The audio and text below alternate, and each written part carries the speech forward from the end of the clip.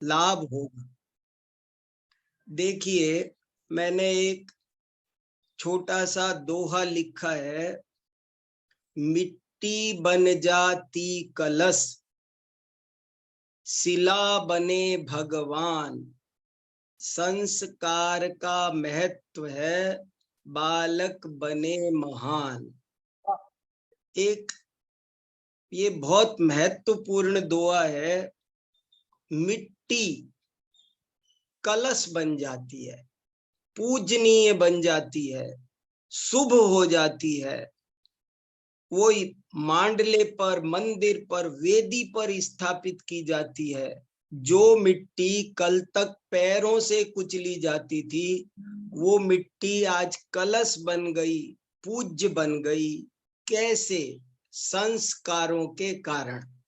कुमार ने उसमें संस्कार किए, उसको तैयार किया, तो वो पूज्य बन गई।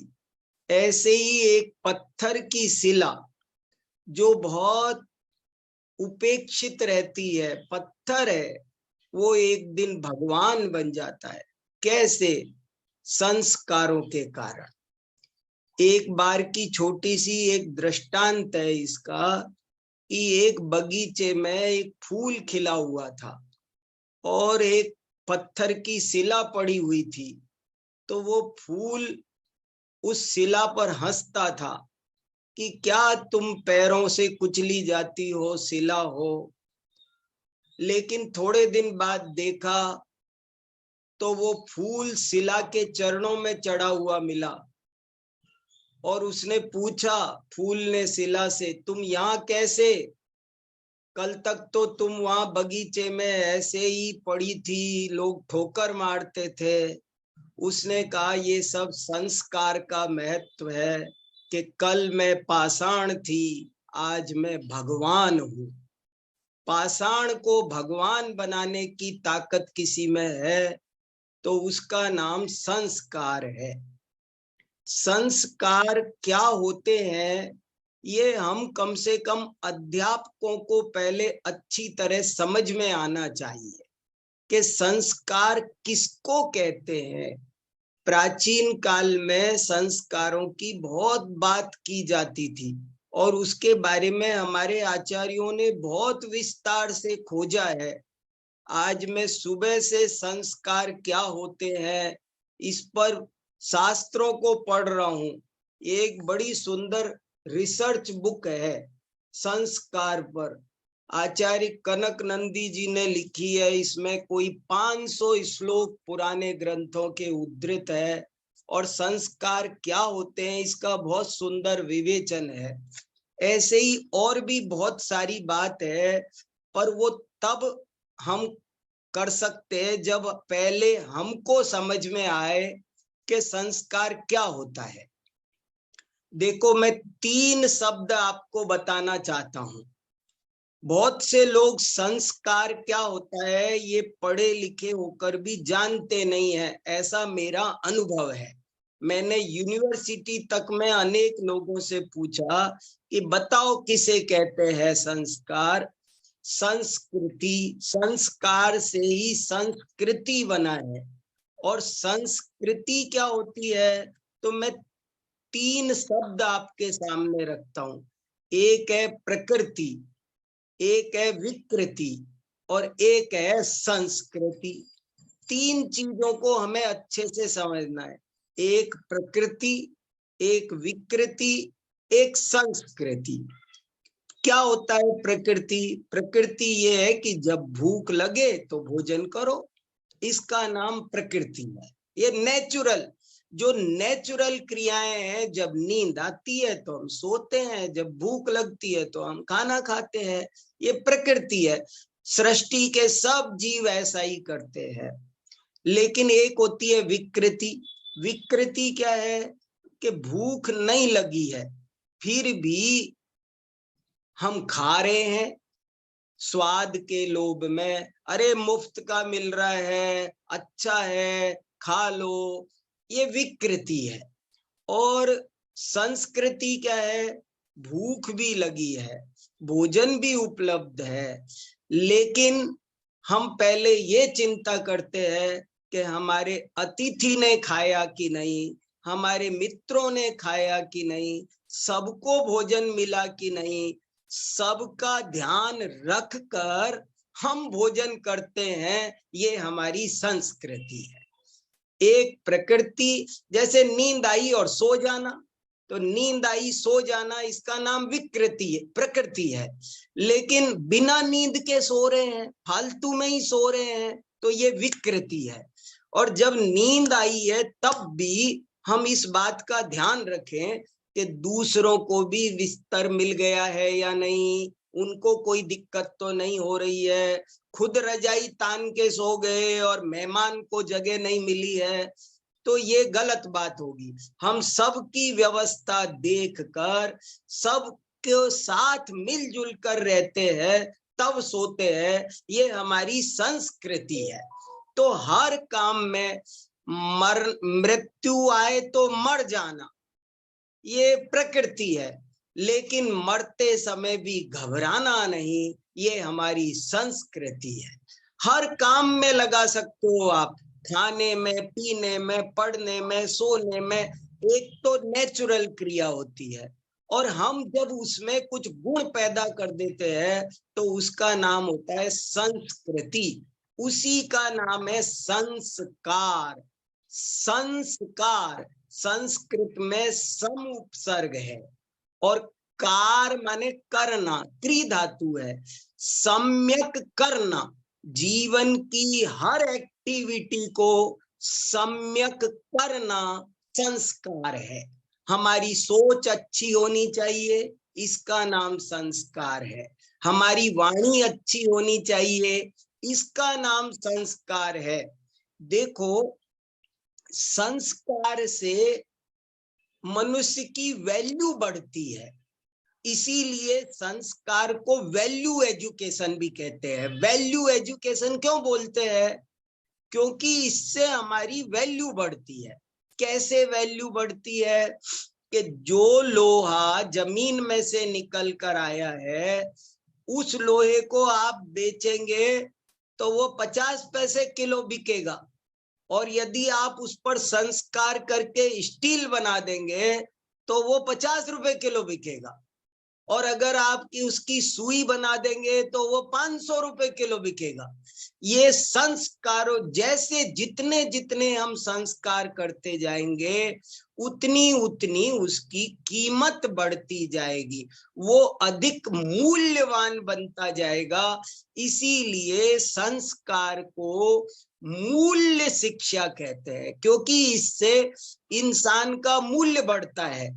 वैसे तो हम सब ऐसे हैं जैसे पशु होते हैं, लेकिन संस्कारों के कारण मानव बहुत बड़ा पशु, नर से नारायण बनने की कला का नाम संस्कार है।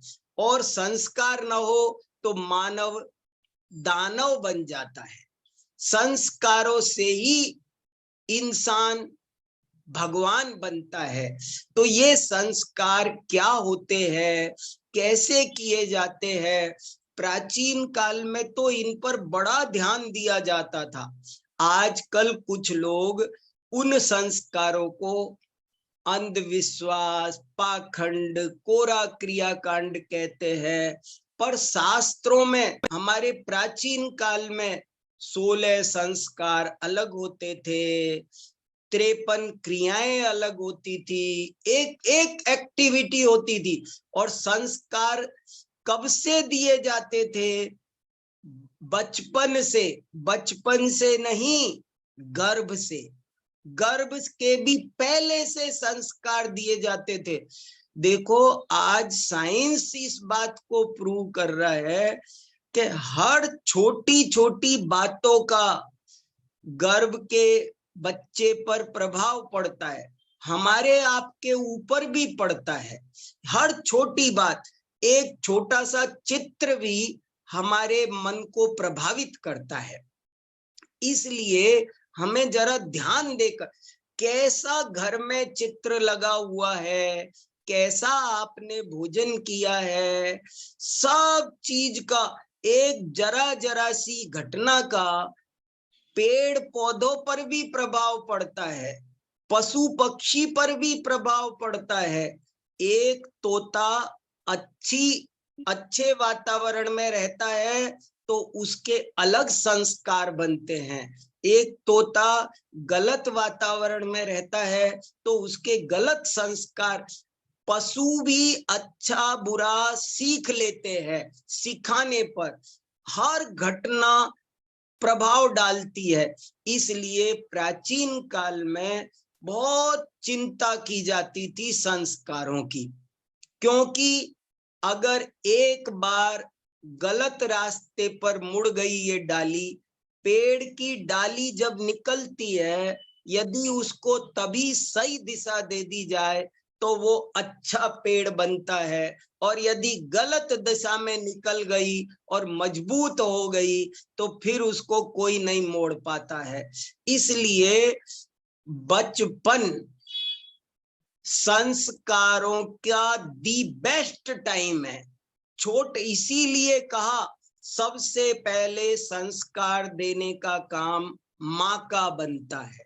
पहला काम, पहली भूमिका। ऐसे कहते हैं a mother is better than 100 teachers. एक माँ 100 टीचर जितना काम करते हैं उससे ज्यादा काम माँ कर सकती है। माँ जो सोचती है उसके सोच का, उसके चिंतन का, माँ के विचारों का, माँ की क्रियाओं का, माँ के खान पान का बच्चे पर बहुत गहरा असर पड़ता है। इसलिए संस्कारों की शुरुआत, संस्कार रूपी शिक्षा की शुरुआत वास्तव में बचपन से हो जाती है। एक महिला किसी ज्योतिषी के पास पहुंची और कहने लगी, पंडित जी मुहूर्त बता दो, मुझे मेरे बच्चे को शिक्षा में एडमिशन देना है, अब स्कूल भेजना है, तो शिक्षा प्रारंभ करने का मुहूर्त बताओ। तो पंडित जी ने पूछा कि बच्चा कितने वर्ष का हो गया? उन्होंने कहा, वो बोली 5 वर्ष का हो गया। तो पंडित जी ने कहा, तुम 6 वर्ष देर से आई हो, तुम 6 वर्ष देर से आई हो, तुमको 6 वर्ष पहले पूछना चाहिए था कि कैसे उसमें शिक्षा के संस्कार डालने हैं। तुम 6 वर्ष लेट हो गए। मेरा मतलब ये है कि वो तो हो गए जो हो गए, लेकिन अब जो हमारे पास में बच्चे हैं उन पर हमको बड़ी कुशलता के साथ, बड़े वैज्ञानिक दृष्टि से, तर्क से, युक्ति से, साइंस से, कहानी से, नाटक से, चित्रकला से, दृष्टांत से, उनमें अच्छे अच्छे संस्कार डालने हैं। जो संस्कार उनमें डल जाएंगे वो जीवन भर एक सुंदर बगीचा बनेंगे, उनको बहुत उसका फायदा मिलने वाला है। इसलिए ये संस्कार हम कैसे डाल सकते हैं और इनकी क्या उपयोगिता है, ये हमको सोचना है, इस पर हमको थोड़ा वर्क करना है। हम चाहें तो हम बहुत अच्छा काम इस दिशा में कर सकते हैं। हम नोट्स बनाएं, सोचे कि हम कैसे कैसे, क्योंकि देखो ट्रेन की 2 पटरियां जाती है और वो बराबर पैरेलल चलती है। जब वो थोड़ी सी हटती है, यदि उसको तभी रोक दिया जाए तब तो ठीक है, वरना वो थोड़ी सी दूरी आगे चलकर बहुत बड़ी दूरी बन जाती है। इसलिए अगर बचपन में गलत काम रोक दिया जाए तो वो रुक जाता है। एक बच्चा स्कूल से अपने दोस्त का पेन चुरा कर लाया और माँ ने देख लिया, लेकिन उसको रोका नहीं, टोका नहीं, बल्कि उसको अच्छा कहा, ठीक हुआ, चलो अपना एक पेन घर में आ गया। तो वो बच्चा कल को बहुत बड़ा चोर बनता है। इसलिए हमें छोटी सी छोटी गलती पर, उनके हर आचरण पर ध्यान देना होगा। वे कैसे चल रहे हैं, आप चलते वक्त उनको सुधार सकते हैं, आप बोलते वक्त उनको सुधार सकते हैं। एक छोटा शब्द भी एक शब्द कितना बड़ा अच्छा या बुरा काम कर सकता है, इसलिए उनकी बोली सुधारनी है हमें। वाणी की शुद्धि सबसे बड़ा संस्कार है। झूठ बोलना बहुत गंदी आदत होती है। आपको हमें तरीके से उन बच्चों को ये सिखाना है कि झूठ बोलना गंदी आदत है। पुराने जमाने में लोग मर जाते थे लेकिन झूठ नहीं बोलते थे। कुछ भी हो जाए देश निकाला मंजूर करते थे पर झूठ नहीं बोलते थे। आजकल लोग छोटी छोटी बात पर झूठ बोलते हैं। चोरी नहीं करते थे, दूसरे का धन हराम का समझते थे, बुरा मानते थे, कभी भी नहीं लेना पसंद करते थे, उसको अंगारे की समान समझते थे। लेकिन आज चोरी की आदत पड़ी जा रही है। लोग झूठ बोलना, चोरी करना, ये सब मामूली बात हो गई है। हमको उसमें थोड़ी सी उनको शिक्षा देंगे, उनको ये बताएंगे कि ये चीजें क्यों बुरी होती है, इनसे कैसे हमारी आत्मा पतित होती है, तो वो जरूर इन सच्चे रास्तों पर चलेंगे। ऐसे ही व्यसनों की, आजकल व्यसन बहुत बढ़ते चले जा रहे हैं। लोग बात कुछ नहीं समझ रहे हैं। आजकल मद्यपान माने शराब पीना, ड्रिंक करना, धीरे धीरे नशा, मांसाहार, सब दुनिया में अशुद्ध भोजन। अगर हम उनको अच्छे भोजन के क्योंकि हमारे यहाँ बहुत गहराई से कहा जाता था, जैसा खाए अन्न वैसा होवे मन, जैसा पीवे पानी वैसी होवे वाणी। तो पानी, इनका सबका हमारे जीवन से संबंध है। तो हमें उनको शुद्ध खान पान का महत्व समझाना है। देखो, मैं नहीं कहता कि हम जबरदस्ती करें, लेकिन उनको ज्ञान तो कराएं, उनको श्रद्धा तो कराएं। रात में भोजन करना आज साइंस बता चुका है कि सैकड़ों बीमारियों का कारण है। अब हम उन बच्चों को समझाएं तो सही। अगर कोई बच गया तो भाग्यशाली होगा। जो रात में भोजन नहीं करते हैं तो कितना आराम रहता है, ये नहीं करने वालों से पूछ कर देखो। और जो रात को भोजन करते हैं उनको कितना कष्ट होता है। तो इसलिए ये सब चीजें हम बचपन से उनको संस्कारों के साथ सिखा दे तो बहुत बढ़िया काम हो सकता है। जितेंद्रिय बनाना चाहिए। जिंदगी में कोई भी काम इंद्रियों का गुलाम व्यक्ति नहीं कर सकता। जो व्यक्ति इंद्रियों का गुलाम होगा वो कभी भी कोई काम बड़ा नहीं कर सकता। बड़ा काम करने के लिए इंद्रियों का विजेता होना जरूरी है। कोई भी काम में सफलता पाने के लिए थोड़ा जब तक तप नहीं करेगा, त्याग नहीं करेगा, वो तब तक बड़ा नहीं बन सकता है वो। इसलिए हमें हर छोटी बात तर्क से, आज का बच्चा वैज्ञानिक दृष्टिकोण का है, उस बच्चे को हम वैज्ञानिक दृष्टि से इन चीजों का महत्व समझाएंगे तो बहुत बढ़िया रहेगा, वो समझेगा। बच्चे बहुत आदर्श होते हैं और जल्दी सीखते हैं। और न केवल सीखते हैं, वे यदि सीख जाएं तो अपने माता पिता पूरे परिवार को बदलने की ताकत रखते हैं। लेकिन हमको ये सब बातें उन्हें अच्छे से सिखानी पड़ेगी और बचपन से सिखानी पड़ेगी। ये टाइम बहुत बढ़िया है उनके लिए, गोल्डन पीरियड से वो गुजर रहे हैं। आचार्य कुंद कुंद की कहानी आती है, शुद्धोसी बुद्धोसी निरंजनोसी। माता ने कुंद कुंद भगवान आचार्य की माँ ने बचपन में उन पर संस्कार डाले थे कि तुम शुद्ध हो, तुम बुद्ध हो, और वे इतने बड़े बहुत बड़े आचार्य बने। तो ये सब महिमा संस्कारों की है। हम खासकर हम टीचर्स को, मैं भी टीचर्स हूं और आप सब टीचर्स मुझे दिखाई दे रहे हैं, जैसे आप सबको, हम सबको पहले संस्कार का क्या, संस्कार किसे कहते, तीन बात समझनी है। संस्कार किसे कहते हैं, दूसरी बात संस्कार का क्या महत्व है, तीसरा वे कैसे वैज्ञानिक हैं। उनको जब तक हम उनकी वैज्ञानिकता के साथ में बच्चों में नहीं डालेंगे, तब तक वो उसको रूढ़ ही समझेंगे, ये तो ऐसे ही अंधविश्वास है। ऐसा नहीं है, उनको हमें तर्क से, युक्ति से, विज्ञान से हमें हर चीज समझानी पड़ेगी, तब जा करके वो समझ पाएंगे। अब देखो, छोटी छोटी बातें होती है, लेकिन वो कैसे छोटा जीवन को बदल देती है। एक छोटी सी बात है, समय पालन।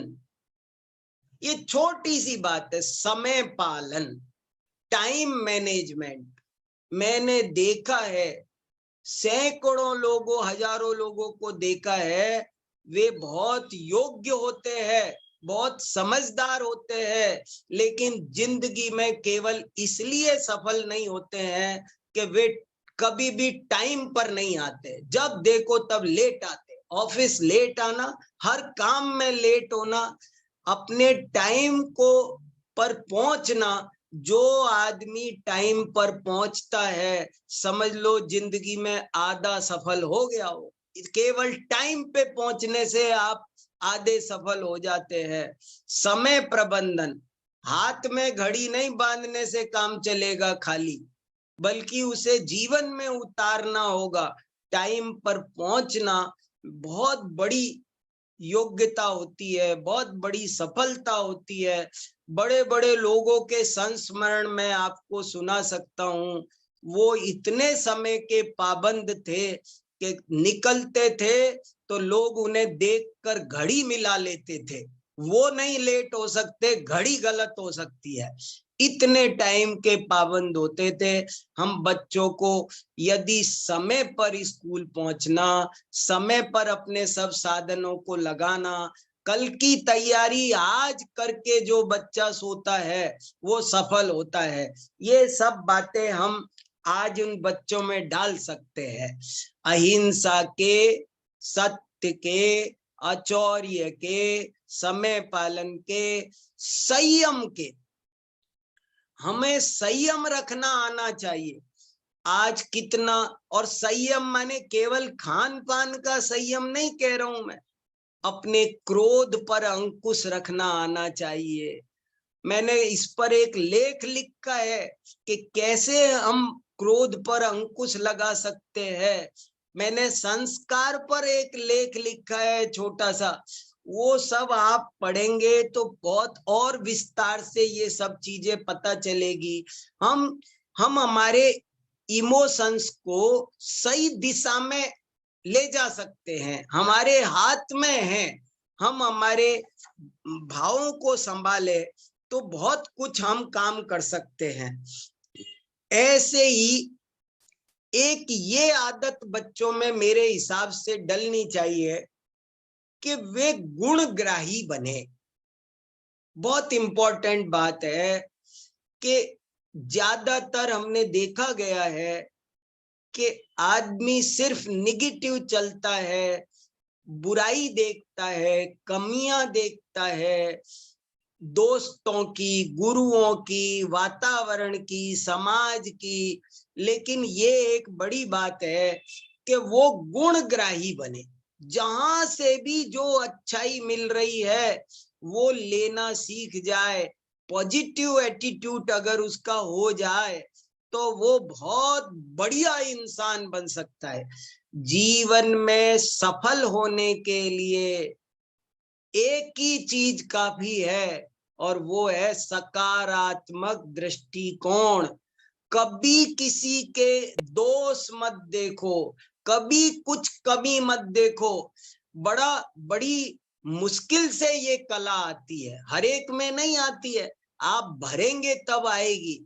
एक आदमी को आप बोलेंगे कि दिन हो रहा है, तो वो बोलेगा तो क्या हुआ, अभी 2-4 घंटे बाद तो रात हो ही जाने वाली है ना।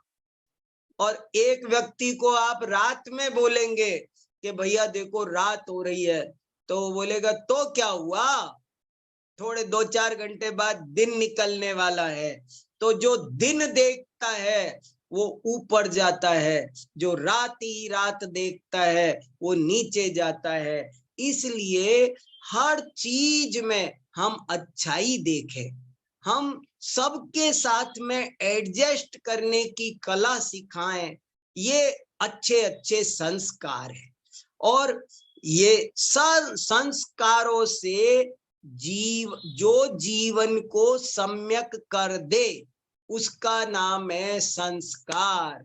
जिससे हमारा मन अच्छा हो जाए, हमारी सोचने की कला अच्छी हो जाए, जिससे हमारी वाणी अच्छी हो जाए, जिससे हमारा व्यवहार अच्छा हो। ये जो अपन सॉरी बोलते हैं ना, ये भी कुछ नहीं है, ये संस्कार है। हमसे कोई गलती होती है तो हम जल्दी से सॉरी बोलते हैं ना, इसका मतलब है हमको खेद है। हमारे शास्त्रों में आता है कि आप भले ज्यादा मत मानो, लेकिन गलत को गलत और सही को सही मानो तो सही, आप उसे अप्लाई नहीं कर सकते। जैसे फॉर एग्जाम्पल, आप रात में खाना खाते हैं, लेकिन आप इसको ये तो मत बोलो खाना चाहिए, आप खाते हैं। मैं देखो, एक आदमी रात में खाना खाता है लेकिन कहता है खाना तो नहीं चाहिए, और दूसरा आदमी रात को खाना नहीं खाता है लेकिन बोलता है अरे खा सकते हैं, अब तो जमाना बदल गया है। तो मैं तो उसको बढ़िया मानता हूं जिसकी श्रद्धा सही है। कम से कम हमारी श्रद्धा तो सही हो कि हमको ये काम गलत है, नहीं करना चाहिए। इसका नाम संस्कार है। तो आप हम बच्चों को अच्छे अच्छे संस्कार दें, उनको सत्संगति। देखो एक और पॉइंट बता के बात पूरी करता हूं।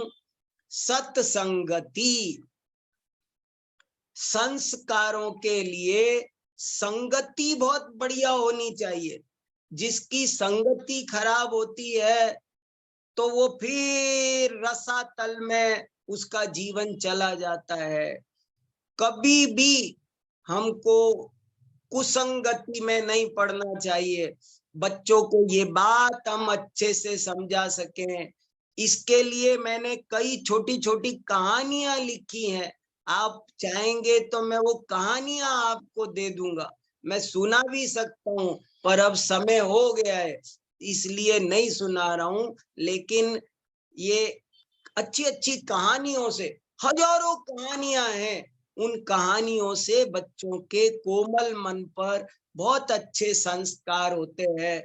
जैसे कोमल मिट्टी कलश बन जाती है, ऐसे ही ये कोमल मस्तिष्क के बच्चे बहुत बड़े आदर्श नागरिक बनेंगे और आपका बहुत बड़ा योगदान होगा। आप बहुत बड़े देश की सेवा करेंगे।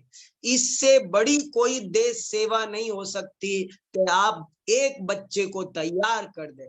एक बच्चा भी यदि हमने जीवन में अच्छा नागरिक बना दिया तो समझ लो हमने बहुत बड़ा योगदान किया है। इसलिए हम सब प्रसन्न रहें। मुझे आज आप सबको देखकर बहुत अधिक प्रसन्नता हो रही है। मैं आपके साथ वहीं होता तो और भी ज्यादा प्रसन्नता होती। मैं इतना बढ़िया आप लोग काम कर रहे हैं कि मैं आपको कितना धन्यवाद दूं, मेरे पास में कोई शब्द नहीं है। संसार में सबसे बढ़िया काम है पढ़ने पढ़ाने का, इससे बढ़िया कोई काम नहीं है। संसार में सबसे बढ़िया काम आप कर रहे हैं, तो उन बच्चों को ज्ञान दो। ज्ञान दे दिया, देखो, आप किसी को रोटी देते हैं तो वो एक टाइम का उपकार है, पानी देते हैं तो एक टाइम का उपकार है, आप किसी को ज्ञान देते हैं तो उसके जन्म जन्मों का उपकार है, वो सब व्यवस्था अपने आप कर लेगा, सारे काम ज्ञान से अपने आप होते हैं। इसलिए आप अच्छा ज्ञान दो, अच्छे संस्कार दो, और मेरे लायक कभी भी कोई काम हो तो मैं आप सबके साथ हूँ, मुझे अपने साथ समझो, मेरा पूरा सहयोग आपके साथ है। पर सबको अच्छे अच्छे संस्कार देना जरूरी है। आजकल वातावरण में बहुत बदलाव आ रहा है, ऐसे में हमको अच्छे संस्कारों से बच्चों को लबालब भर देना है, ये मेरी मंगल कामना है। मैं बहुत प्रसन्न हूँ आप सबको देखकर और बहुत शुभकामना देता हूँ। मेरे पास जितने शब्द है सब कहता हूँ आपको मोटिवेट करने के लिए।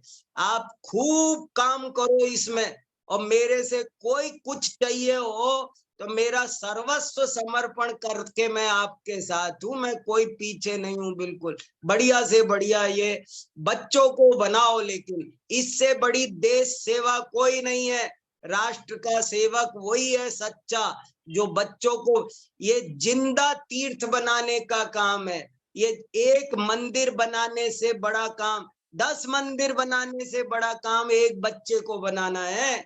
10 मंदिर बनाना बड़ी बात नहीं है, वो तो पुद्गल है, लेकिन एक बच्चा जिंदा भगवान है, उसे भगवान बनाओ, ये मेरी शुभकामना है। धन्यवाद। बहुत बढ़िया।